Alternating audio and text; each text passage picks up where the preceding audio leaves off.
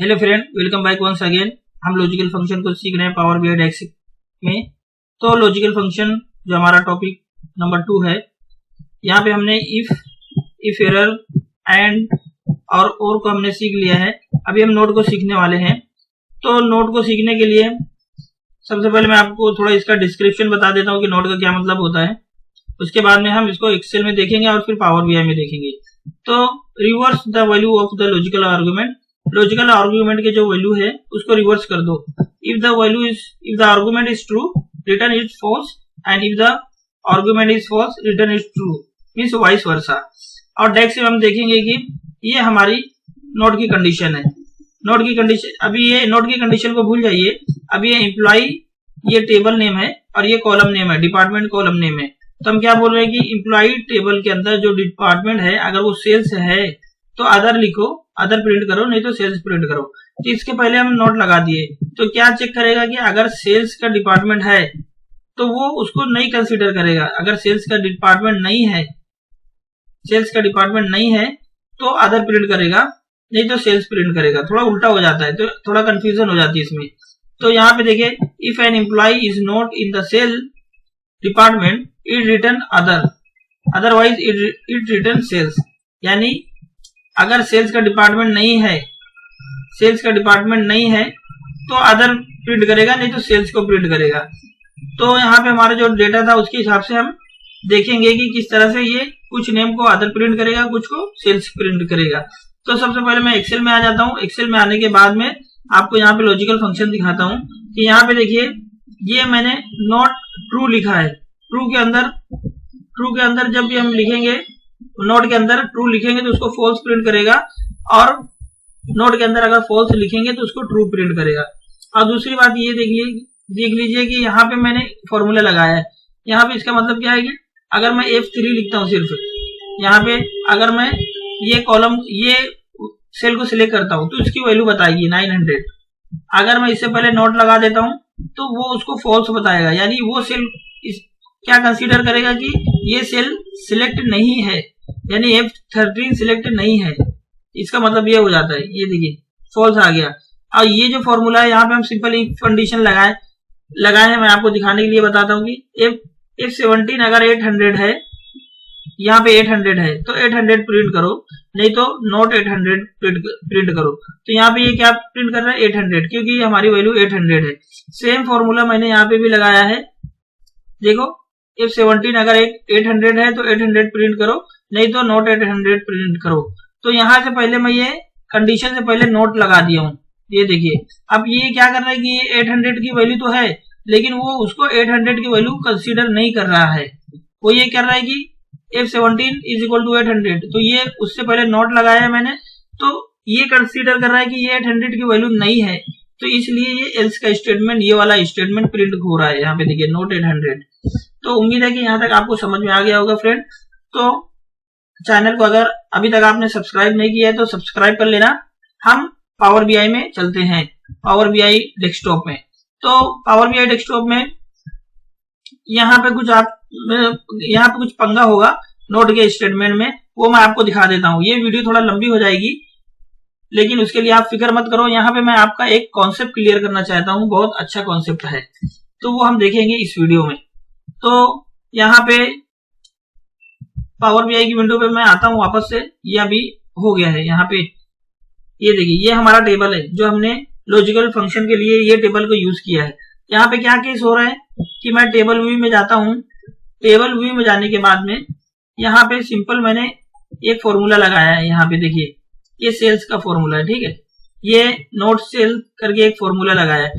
तो यहाँ पे क्या होता है कि अगर सेल्स है, अभी यहाँ पे हम इसको यूज नहीं कर रहे, अभी हम यहाँ पे कुछ भी यूज नहीं कर रहे हैं। हम सिंपल एक इफ का फॉर्मूला लगाते हैं कि अगर ये डिपार्टमेंट सेल्स है तो सेल्स अदर प्रिंट करो, नहीं तो अदर प्रिंट कर दो।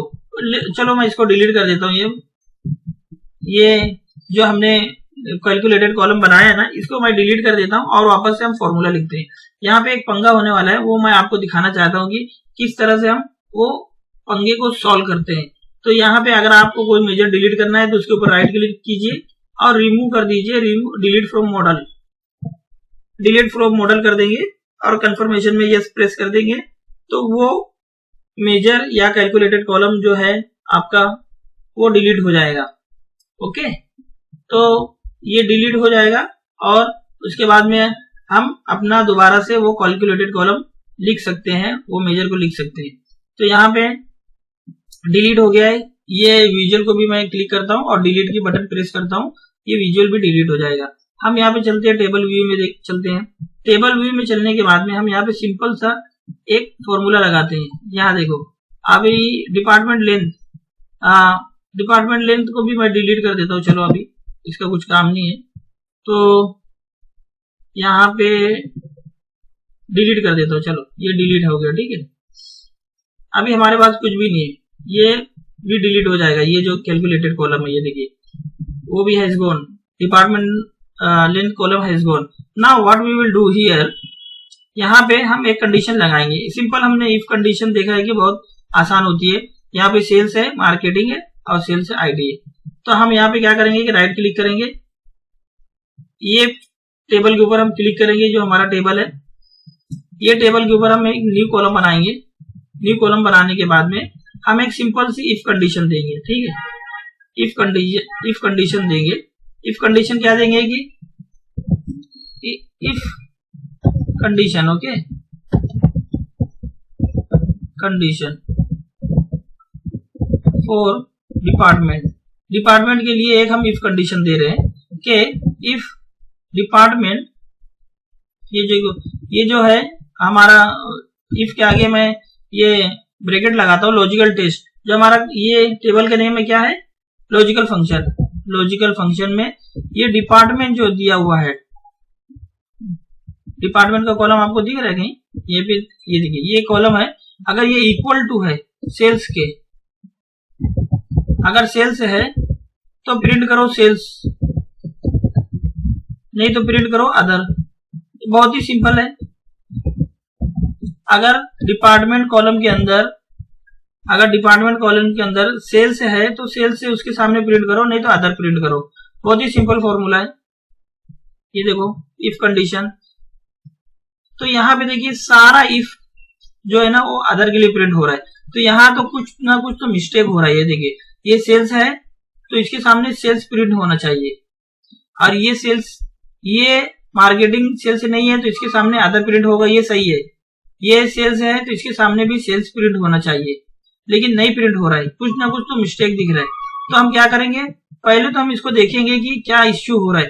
तो ये सेल्स में अगर हम कैरेक्टर को काउंट करेंगे तो 5 कैरेक्टर है।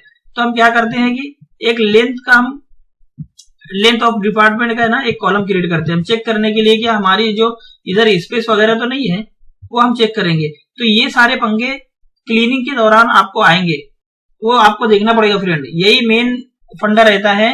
Cleaning is most important part in power BI. Data cleaning बहुत ही इंपॉर्टेंट पार्ट होती है पावर बीआई में, और ये 70 to 80% इसी में कवर हो जाता है कि वैल्यू क्यों नहीं सही आ रही है। यहाँ पे देखिए कुछ एरर नहीं बता रहा है लेकिन वैल्यू करेक्ट नहीं आ रही है, ये कंफ्यूजन हो जाती है। आपको एरर भी नहीं बताएगा और वैल्यू भी करेक्ट नहीं आएगी, कभी कभी ऐसा केस होता है। तो मैं क्या करूंगा, यहाँ पे हम लेंथ का फॉर्मूला लिखेंगे, डिपार्टमेंट लेंथ करके मैं एक देता हूं, और यहाँ पे लेंथ का फॉर्मूला लिखते हैं कौन से कॉलम के लिए, डिपार्टमेंट के लिए। मैं देता हूं मेरे टेबल का नाम लॉजिकल फंक्शन, ये टेबल का नाम, और डिपार्टमेंट, ठीक है, ये डिपार्टमेंट दे देता हूं और इंटर प्रेस करता हूं। देखो यहाँ पे सेल्स में कैरेक्टर 5 है लेकिन ये 6 बता रहा है, और मार्केटिंग में कितना है, मार्केटिंग में क्या है, ये कितना हो जाएगा, MAR 3 हो गया, 4 5 6 7 8 9 10। ओके, मार्केटिंग में कितना हो गया, 9 है लेकिन 10 बता रहा है, ठीक है। आईडी में 2 है यानी 3 बता रहा है, इधर यानी स्पेस है। तो हम क्या करेंगे, ये कॉलम में स्पेस है तो ये कॉलम के ऊपर क्लिक करेंगे, और ट्रिम वगैरह का भी ऑप्शन होता है तो वो हम देख लेंगे कि कैसे हम इसका रिमूव करेंगे, ठीक है।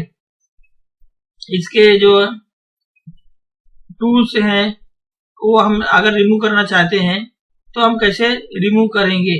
तो यहाँ पे मैं आपको ये दिखा दिया हूं। ये दिखाने के बाद में हम वापस से होम पे जाएंगे और ट्रांसफॉर्म क्वेरी में जाएंगे। ट्रांसफॉर्म डेटा में जाएंगे और जो हमने ये देखो ट्रांसफॉर्म डेटा में जाने के बाद में मैं इसको थोड़ा मैक्सिमाइज कर लेता हूँ।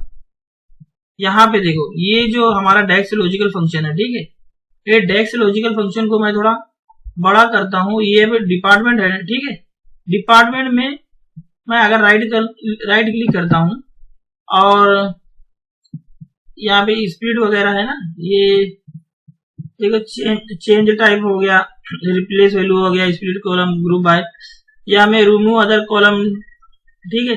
तो यहाँ पे ट्रिम वगैरह का भी ऑप्शन होगा यहाँ पे। तो हम अगर उसको ट्रिम करना चाहें तो क्या यूज करेंगे, रिमूव स्पेसेस के लिए, रिमूव स्पेसेस के लिए भी कुछ यहाँ पे है क्या ऑप्शन, देख लेते हैं।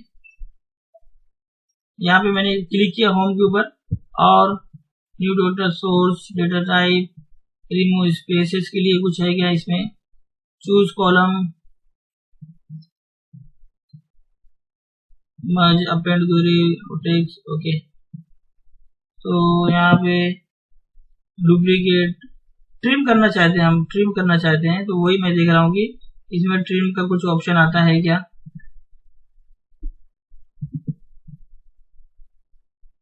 ये देखो ट्रांसफॉर्म के अंदर ट्रिम का ऑप्शन आ रहा है, ठीक है, तो ये ट्रिम कर देंगे हम।